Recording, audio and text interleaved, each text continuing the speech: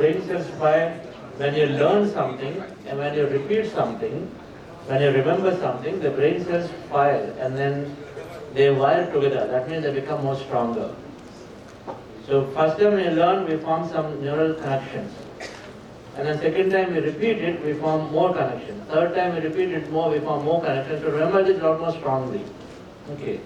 And when you recollect it, of course, then you are again forming connections, remember strongly. That's why we are very, very grateful to math teachers who made us repeat and then remember the tables. Now we have at least a basic math in life. Before calculators before us, right? Repetition is great, and so dear friends, when you do this, and a few times you're going to do during the course of the program, just by repeating right now whatever you learned by, so don't feel shy, just go all out and repeat what you learned, because then your ability to remember is increased suddenly by 30% more. Do you want it or not? You want to spend whole day here, I want you to remember, go back. Remember as much of it as possible so that it can come into your action later. Please do it.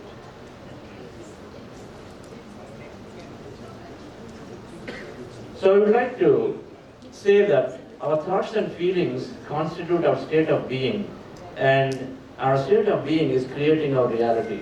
Placebo effect, and then what people have done in their life, many over and over and again, successful people, and if you read biographies. That's why it is so important, if you are in this class today, you are definitely taking time to read autobiographies of successful people. In whichever way that you want to be, because online that will do the same. Taking inspiration, you must take time, right?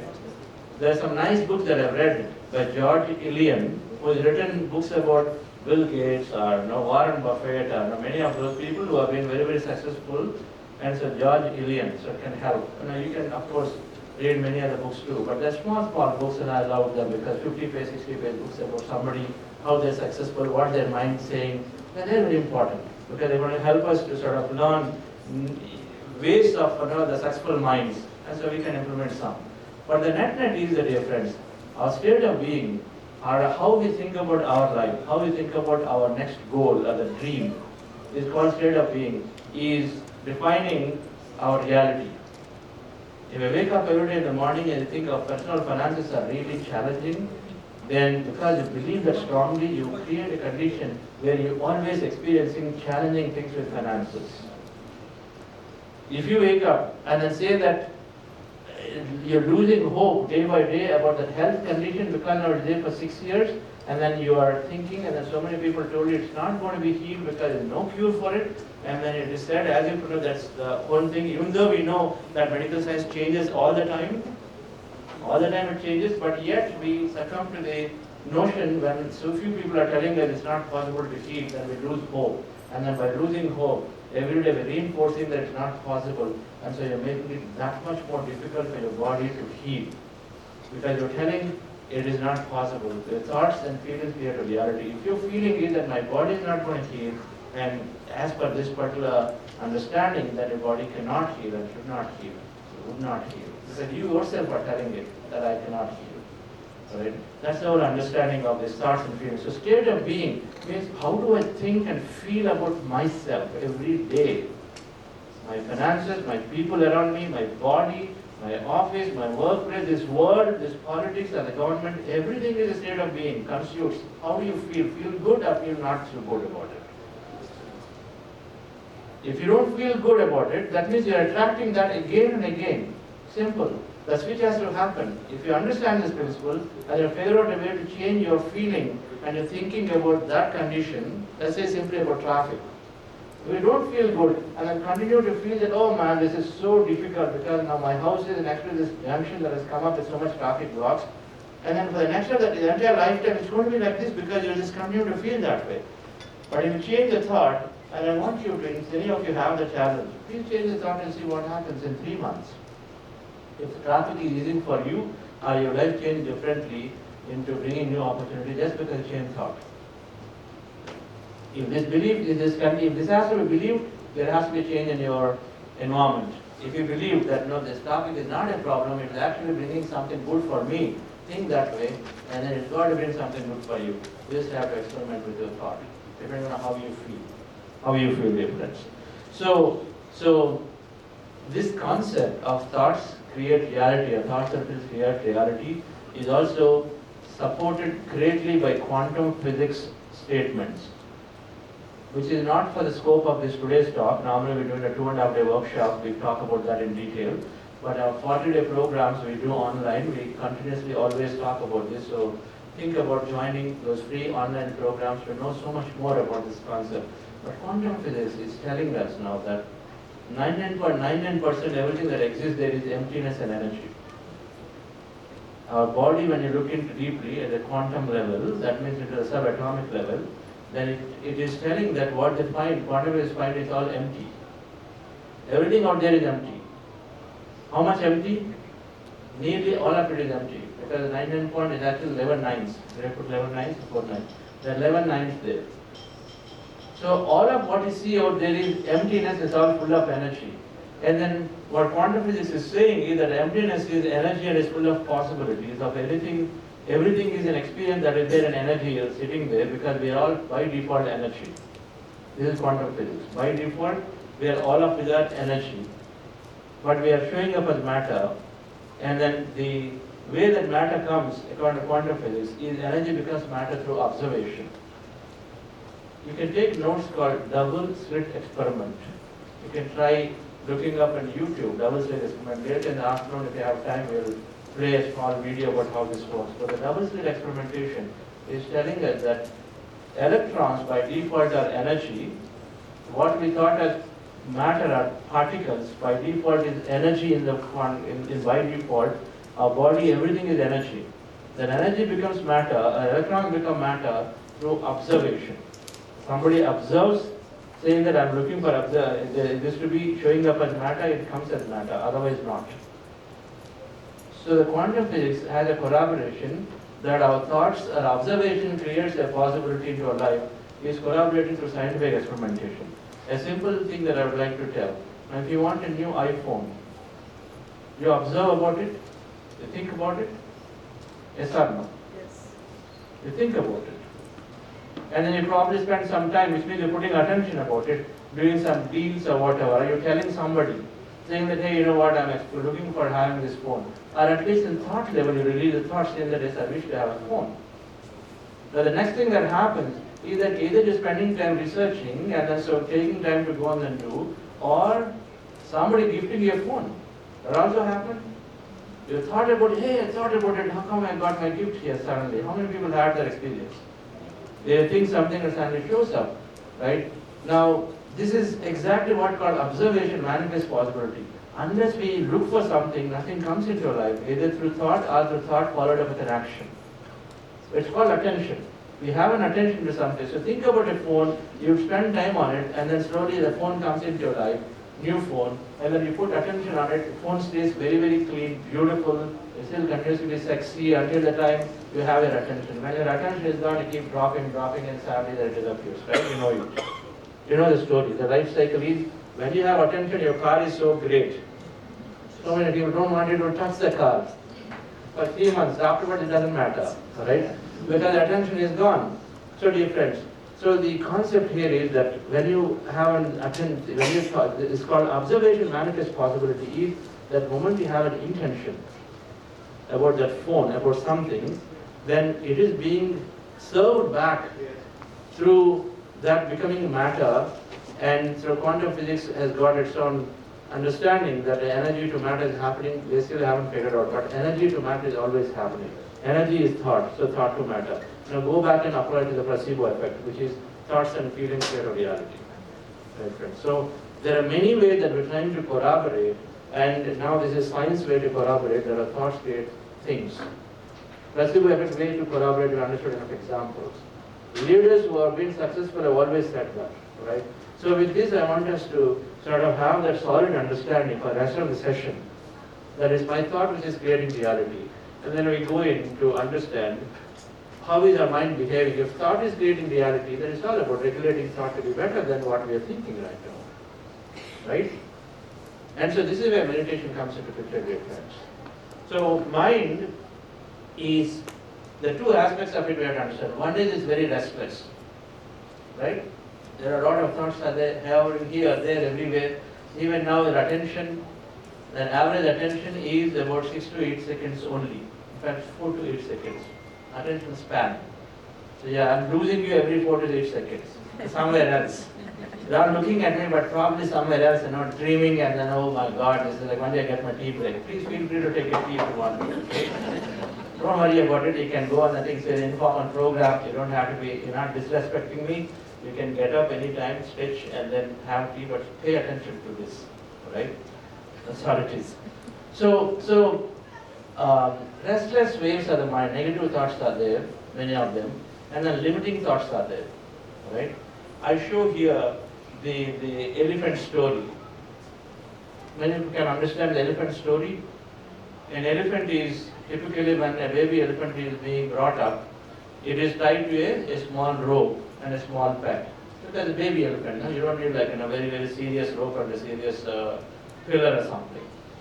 But as the elephant grows, the mahout does not change the rope, neither will they change the peg.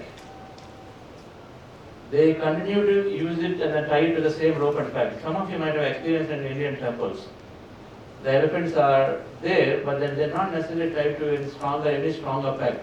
The elephant can easily, wiggle and then just do this, and then it automatically come off. But then will it do?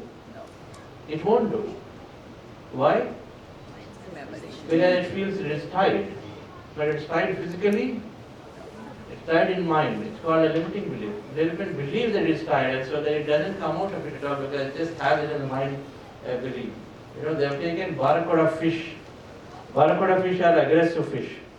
And they've taken the fish, and then when it sees the other prey for it is the smaller fish. When the fish is there, the barracuda fish goes and then immediately eats, right, other smaller fish. So now what they've done, they've taken an aquarium. And the aquarium, they created a glass wall in the center, a glass wall. They put this side the prey fish, and then this side barracuda fish are there. Now they're coming, and every time they go and hit the glass separation. They try, they can't go. They go back. They try, they can't go back. They try, they can't go back. And they do this for enough time that they got conditioned, and slowly they remove the partition. And now the fish doesn't go to the other side. If the moment it comes close and says, okay, now there is something in there, I can't go, and then it goes back. It doesn't even try.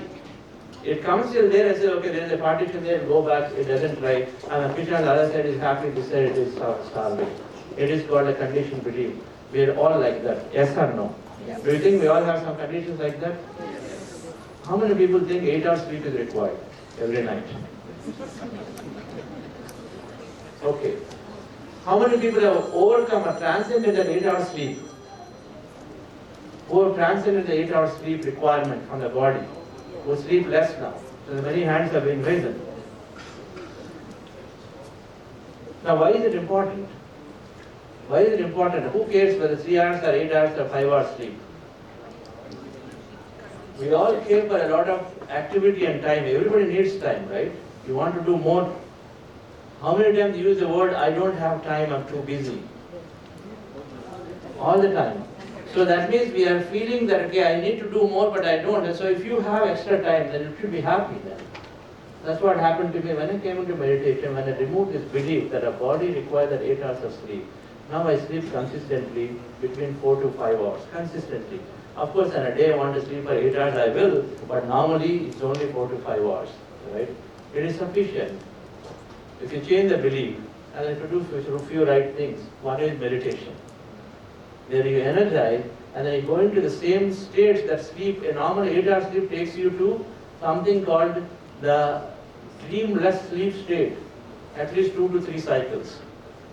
It's called delta state, where you have to go into the delta state where there is zero thought state, so that your body is producing a lot of rejuvenation, recalibration happening, new hormones are produced. The delta state, a dreamless sleep state it's called. In 8-hour, 9-hour cycle, people go 3 times. And so medical science is recommending that at least you have 2 cycles and you have 3, it's great. Okay? When you meditate, you'll go into the same delta state pretty quickly like this. And so then there is a clear evidence now that if you are meditating, then you don't need a lot of sleep because you're automatically, your body, physically also, your body is supported through the same rejuvenation capability. And of course, we also have to remove that belief that if I didn't sleep today, as last night I only slept for 3 hours, tomorrow my day is going to be bad. If thoughts create reality, then that's playing out already, dear friends. It's not an experiment, and we have done enough experimentation on this. And so now you feel free, right? You feel free. Now the last 5 days, we consistently sleeping for 3 hours. We are happy interacting with masters wherever we go, and then morning we wake up and then we are doing this and still we are good, right? It all depends on how your mind is and how you are training the body, right? It can get very, very powerful, this whole concept of thoughts create reality. There are people who have, with thought power, they are able to accelerate decay of radioactive material. Can you imagine about it? A radioactive material that takes 400 years to decay, that means a 10% decay will take about, it takes 234 years for decaying, 234 years for decaying. Decaying means it becomes lesser and less. That's what is the property of radioactive material. 234 years. So 10% should take how much? 10% decay should take how long? 23 years. But this energy master, a Chinese master, is able to, with the thought power, is able to get it decayed of 10% in about 3 months. Through power of thought, thinking that yes, I am decaying it, I am putting my energy on it, and so mind to matter, it works greatly. That book will give you amazing stories about how much power we have. Now it is not only for some special people with special powers, it's for every one of us if we train our mind, and meditation is that tool to train our mind. So considering this here difference, so many of those are about what we think is possible or not possible. The more we open up to this thought, more open to this knowledge, then we start implementing it. I used to feel 8 hours is a must and must and must, because I also lived enough times in the West here. But then later, as I got exposed to this knowledge, and then I recognized that, let me let go of it. Let go of it. And so I'm able to easily go through, multiple days without even having, proper, even that 4 hours sleep, and still be able to grow. You know it. It's possible. And so we need to change our beliefs and perceptions about everything that we are doing. That is a limitation. If that is limiting you in your experience, we need to start questioning everything. Food, I can't eat because it's fatty. Oh, this is going to be acidic, this is going to be this and that. How many people are doing that? Everything is restrictive, and in so many things, because now if thought to, mind to matter is there, thought to feeling to reality, then should it apply also then? Experiment. Long before, about 20 years ago, I stopped analyzing how many calories a fat it has, and then we were able to carry on life without even seeing a doctor, happily, and then not worrying about it's going to impact the gut or this or that, but everything works great because the mind is strong. Simple. Advantage is you're free.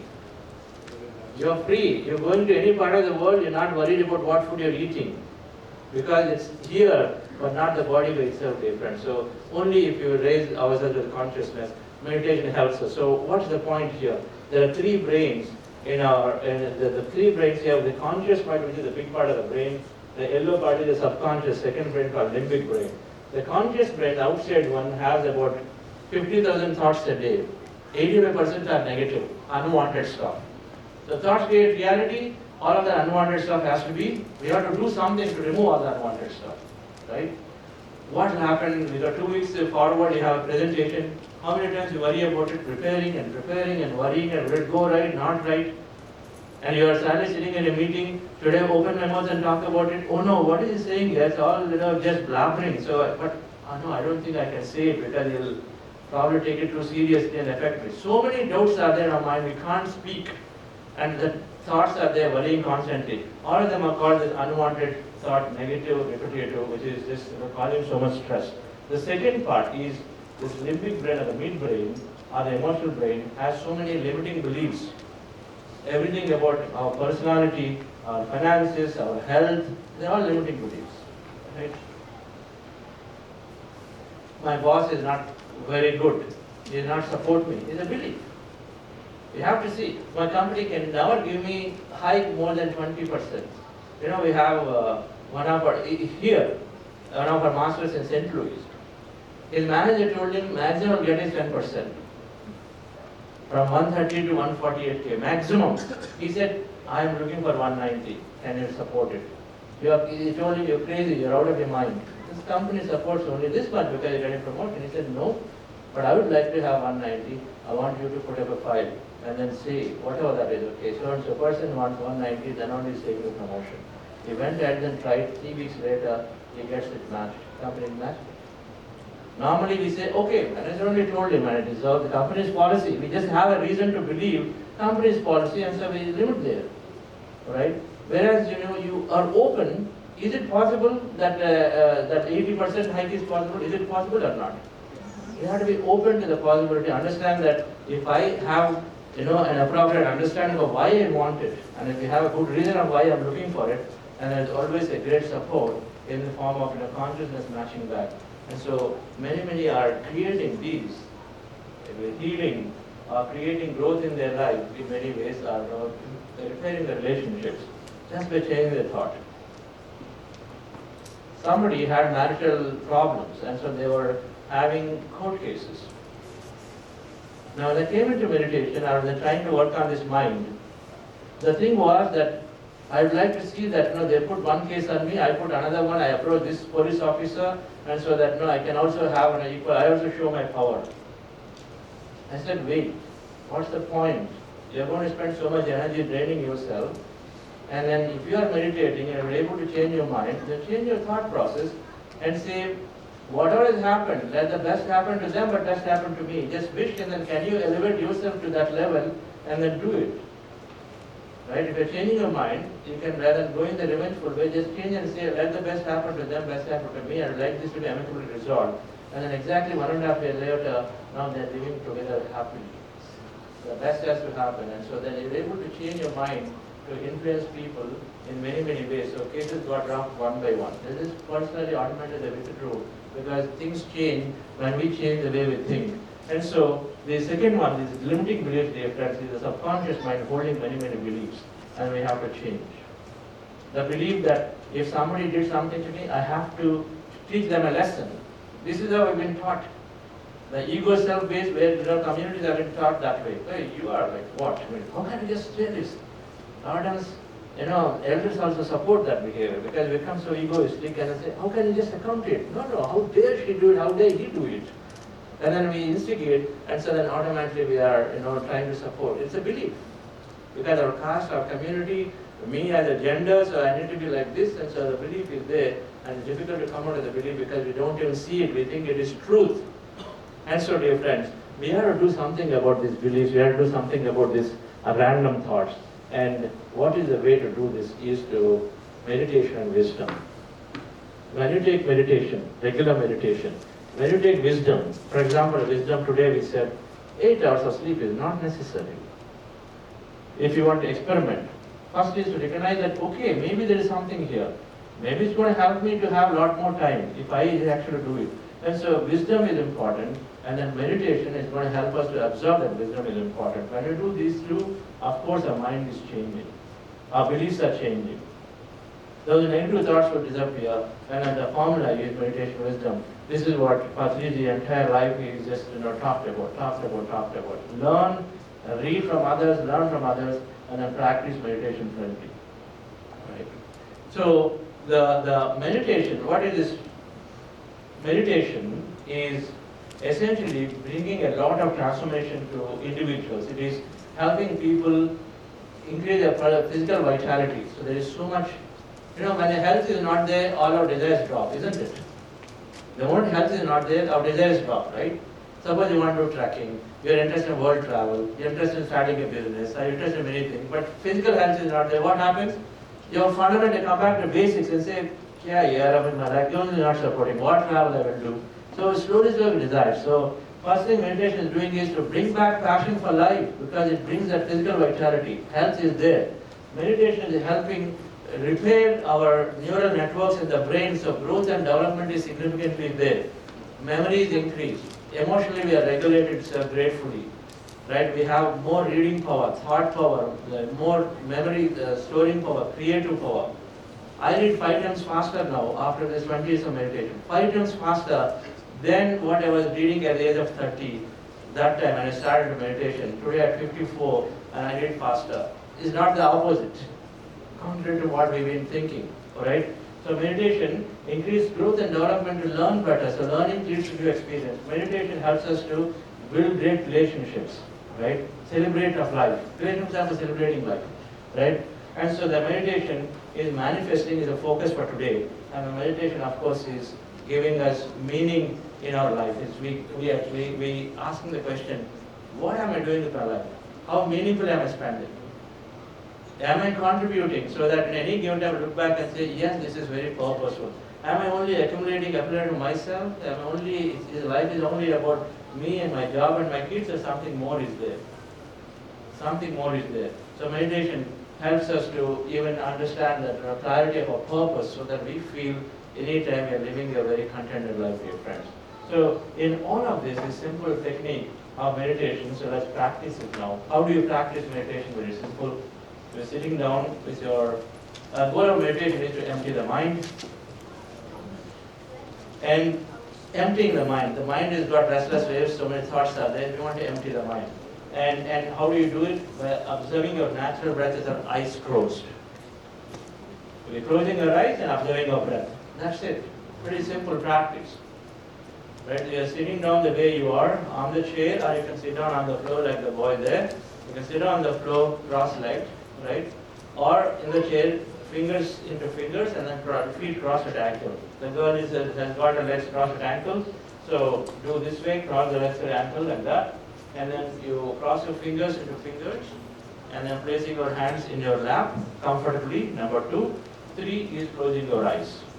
Okay, those of you wearing spectacles, please remove them, not required. So there's a posture. You close your eyes, fingers clasped, and then feet crossed. Then what do? You take anywhere on the nose as a reference point, maybe in the middle of the eyebrows or at the tip of the nose or anywhere. At that point, we all are breathing, and by default we breathe, right? So observe your breath is going in and coming out. Observe your breath, your natural breath, right?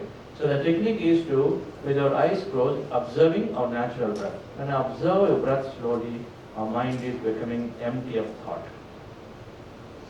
No specs, closing eyes, observing the breath everywhere in the nose, and then at that point noticing in breath and out breath, the way your natural breath is, no pranayama, no special breathings, naturally the way it is, we want you to observe it. When you observe it slowly, thoughts are coming down, mind is becoming empty.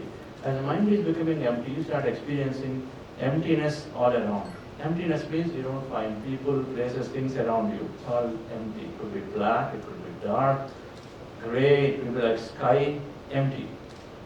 You're experiencing some kind of emptiness where it's void of anything around you. And be in that state, observe it. Observing your breath, slowly go into empty states, observe that emptiness. Blackness, could be many people find it black, okay, observe it. Dark, observe it. Now slowly, that emptiness is energy, so you might find some kind of a sensation, energy feeling. Maybe body is moving, shaking, rotating, light lifting up, maybe some kind of, some colors, visions, anything can be seen. It's all energy. When you are experiencing any of it, observe it. Observe it without interpretation. But only time, in case you know that there is a thought and you are thinking and you know that this thought, this meditation is very difficult right now, I'm not able to do. Any kind of thought is coming, that means you are in thought. Bring your attention back to the breath. Start from scratch again. Observe the breath and again slowly go into empty states and again be in that emptiness. Suddenly thoughts come. Again what you do? Attention back to the breath. It can happen 1,000 times. Be ready to bring your attention back to the breath 1,000 times. But do not open your eyes. Especially those of you new, relax yourself, let's practice it. I'm going to play light music. I'm going to play light music and I'll also guide a little bit.